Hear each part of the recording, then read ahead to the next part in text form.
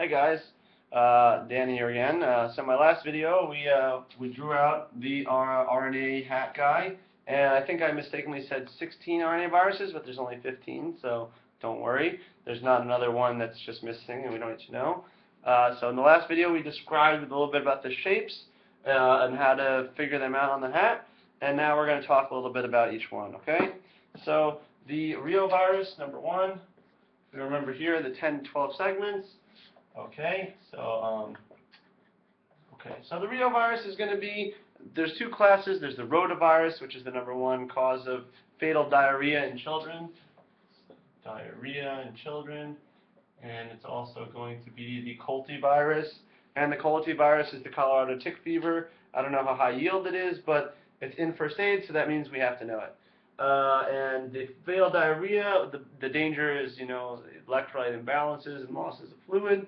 That's really all there is to say about that. Picornavirus is next. Picorna. And Picorna's got a couple of different viruses that you need to know about. And the mnemonic in first aid is perch. Okay? P-E-R-C-H.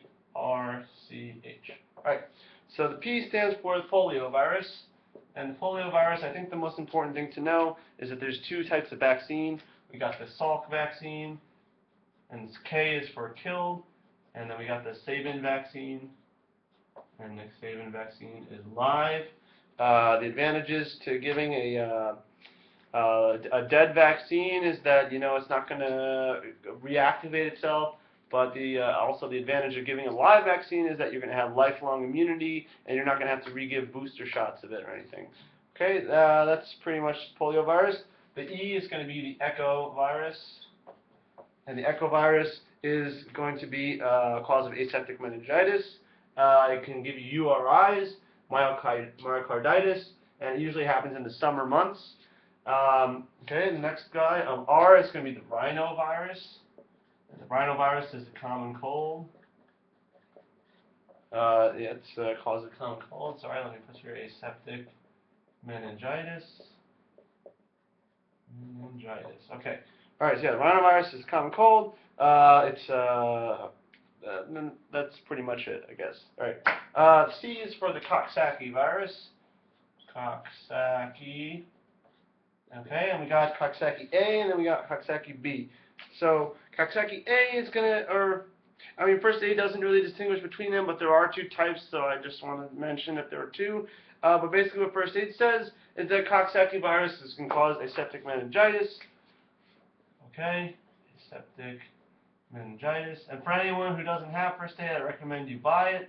Trigger first aid, whatever. It's going to also cause herpangina, and herpangina is exactly what it sounds like. Sounds like, herpes of the mouth. And these are going to cause mouth blisters and also a fever. And it's going to also, one of the other important things that Coxsackie causes is hand, foot, and mouth disease. And there's only a couple of things that give you rash on the hands or the feet. And, Kawasaki is one of them. And I think rickettsia is another one. But if you don't know, I think it's an important distinguishing fact to know that there's a couple of different viruses that can cause rashes on your hands. And here's one of them, okay? And it can also cause myocarditis and pericarditis, okay? The H is going to be HAV. And pretty much all of the hepatitis viruses are important. Here's one of the classes in the picornavirus, and it's going to cause acute viral hepatitis. There's really nothing else to say about that, except that it's spread fecal orally, and there's a nice section in first aid on page 165. The only other thing it says about it is that its incubation is short. It's asymptomatic. Usually it occurs acute, and there's no real carriers of it. All right? Hep B virus is a DNA video. It's in the hepatoma class. If you want to go back to 100 lyrics video, you can learn about that. And that's all I have to say about picornaviruses. Next class of virus is the Hepi virus. Hepi, like happy or whatever, however you want to remember it. Hepi virus is going to be Hep E. What do you know? Hep E virus. And the only thing I have to say about Hep E is that it's Hep E and it's not enveloped. Really don't have much to say about that. Alright, so let's just move on right along. Khaleesi virus, I mentioned a little bit before, for Game of Thrones fans. Unfortunately, it's not really that, there's not really a lot to say about it, other than it just sounds like Khaleesi. And it causes the norovirus, or Norwalk virus, as I mentioned earlier, and this is a viral gastroenteritis. You get vomiting, diarrhea, cramps, and this occurs on cruise ships. And these are the kind of things that if you get it on a cruise ship, you're going to get kicked off right away because they don't want everyone else to go home because you're crapping and throwing up. Because that's not cute. Alright, flavivirus. Number 5. Flavy. Here's our flavor saver. You remember this guy? So we drew a C in the middle to remind us A, B, C, D. No E, but there's F. And so Hep C virus is going to be the most important thing in this class. Most important RNA virus. And Hep C can cause jaundice. And it can get, it can cause jaundice. And its incubation period is very long. You can get this through IV drug users or post-transfusion. And there's a mnemonic called the 4 C's. And it causes chronic inflammation, cirrhosis of the liver, carcinoma, and it can be carried. It can be a carrier. Unfortunately, there's no vaccine for this, and the treatment is interferon and ribavirin. Again, I'm sorry I'm talking pretty fast. If you guys need to watch this a little bit again, you can watch it again. But I like to watch videos fast because I'm trying to get things as I usually watch videos on 2.0 speed, so this will make it easier for you guys to just watch in less time and get more out of it. Okay, so other things in the flavivirus class are yellow fever, dengue fever, and also St. Louis encephalitis, and West Nile virus. West Nile is, the big one. West Nile virus. Alright, West Nile is the big one. It's in bird reservoirs, and it's been pretty big in, the United States recently, because, it's been carried in the birds, and they're spraying the mosquitoes, and the mosquito's the vector, obviously. But you diagnose it with IgM antibodies, and I guess the yellow fever, for a couple little facts, is caused by the is carried by the Aedes mosquito, and it's important to know these mosquito names, unfortunately, because they have popped up on the boards before, and there's only a couple of them to know. So this one's Aedes, and the Aedes mosquito causes high fever, jaundice, hemorrhagic disease, okay, and then dengue fever is going to also cause headache, retroorbital pain, and it's going to give you muscle and joint pain. And the other name for St. Louis virus is arbovirus. And that's pretty much all there is to say about the flaviviruses. Remember, the main one is going to be Hep C, and the rest of these are all found in the jungle somewhere from the mosquito, and it's going to cause, fevers and diarrhea and all sorts of bad stuff. Nobody wants that. Alright, so 6. Next class is the toga virus. Toga virus is going to be a fun one because we have the rubella virus. And rubella is also known as German measles. And there's a couple of nice videos out there showing a German wearing a toga, drinking beer, and that's really how you can remember it. It also causes Eastern and Western equine encephalitis. Equine encephalitis. And equine means like horse in Latin.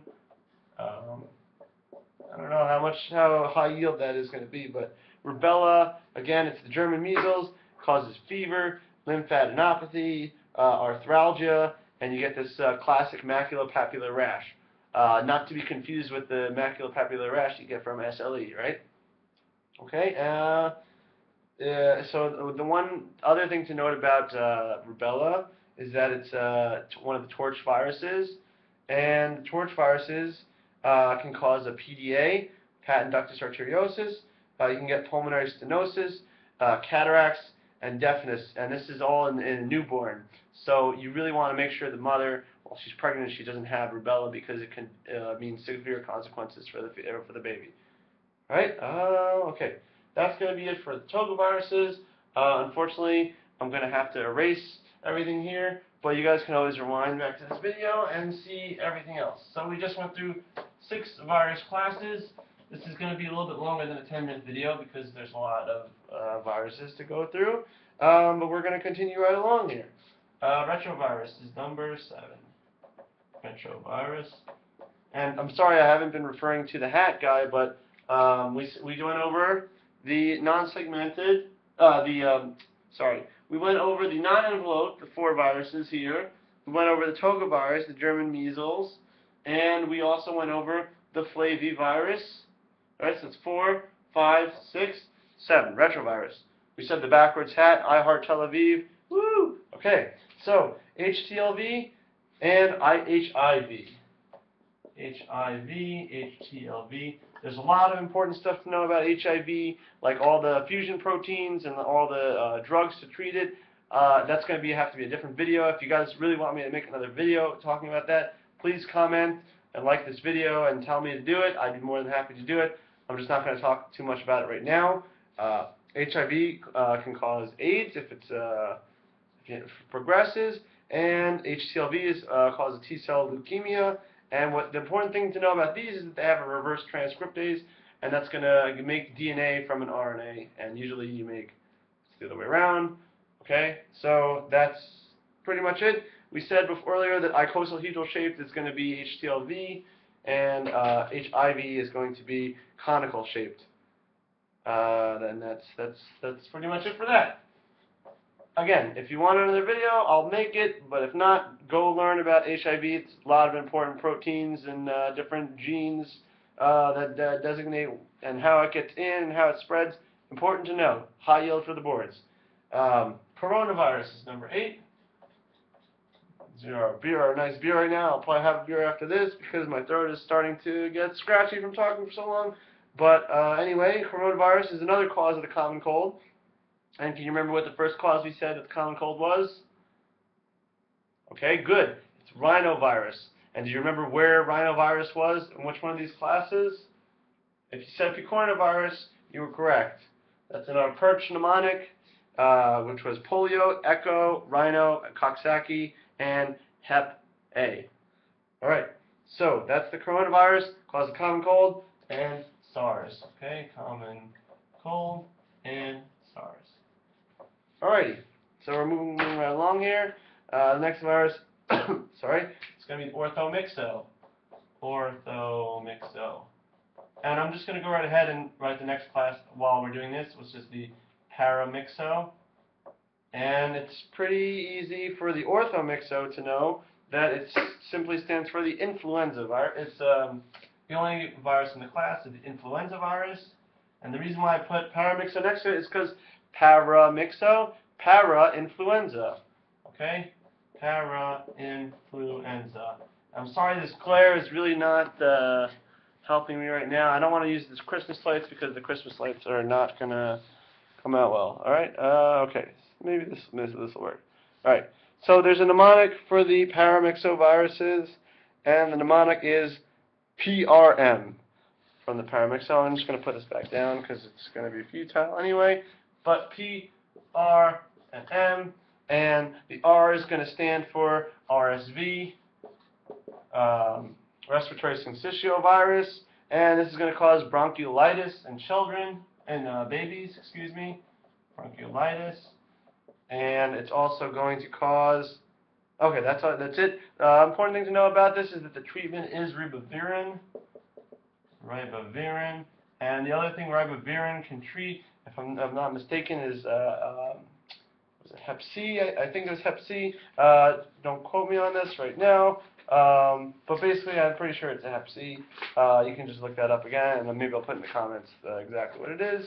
But anyway, the M is going to be measles.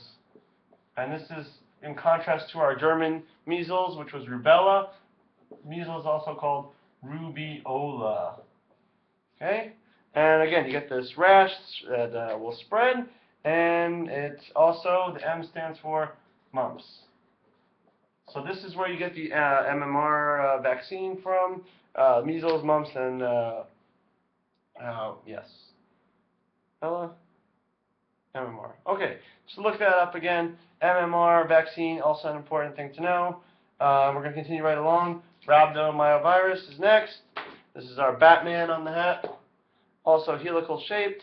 Hopefully, okay, great. I can do more than 15 minutes. Excellent. So rhabdomyo, right? Just rhabdovirus. Sorry for that. Okay, rhabdovirus is spread in like the bite of a bat or the bite of a dog, or so if you see anyone in a question that starts foaming at the mouth or constantly sweating, agitated, you better give him the vaccine really quick because he is going to die or she's going to die pretty soon. And it's very important to know that for rabies, you need to give a killed vaccine because you need the antibodies right away. And with a killed vaccine, you get all the antibodies. You don't have time to give a live vaccine.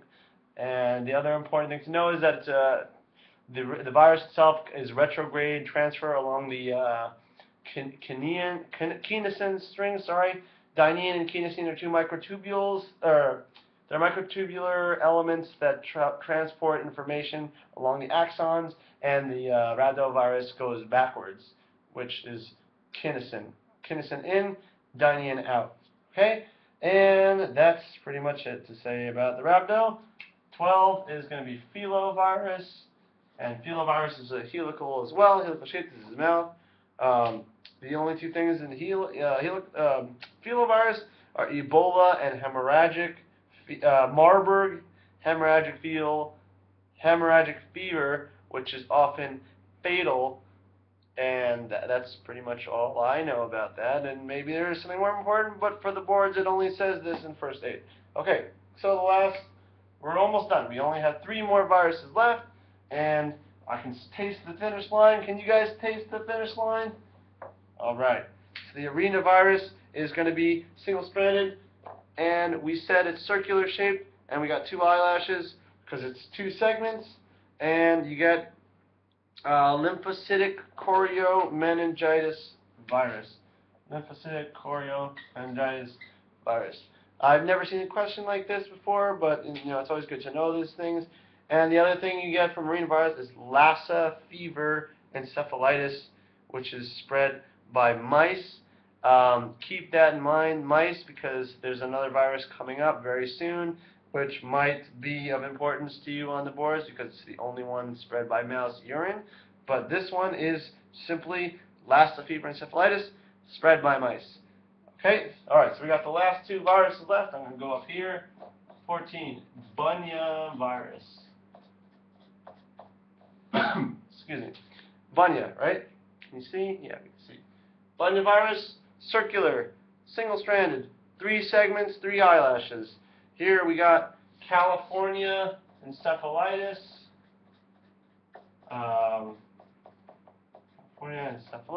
We got also the sandfly and Rift Valley fevers, Crimean Congo hemorrhagic fever, and hantavirus. And the reason why I was talking about the mouse urine before is because hantavirus is spread by aerosolized mouse urine. And in a couple of the review books they say make sure you know hantavirus. I'm just going to repeat what they said because might as well listen to them because these guys are the expert. I'm just simply a messenger. And hantavirus can cause hemorrhagic fever and pneumonia. And the other thing spread in urine, another virus called Leptospirosis, which you can get in like dog urine or something in like a surfer or someone in some type of contaminated water with animal urine. Okay, and the last virus, we made it, Delta virus.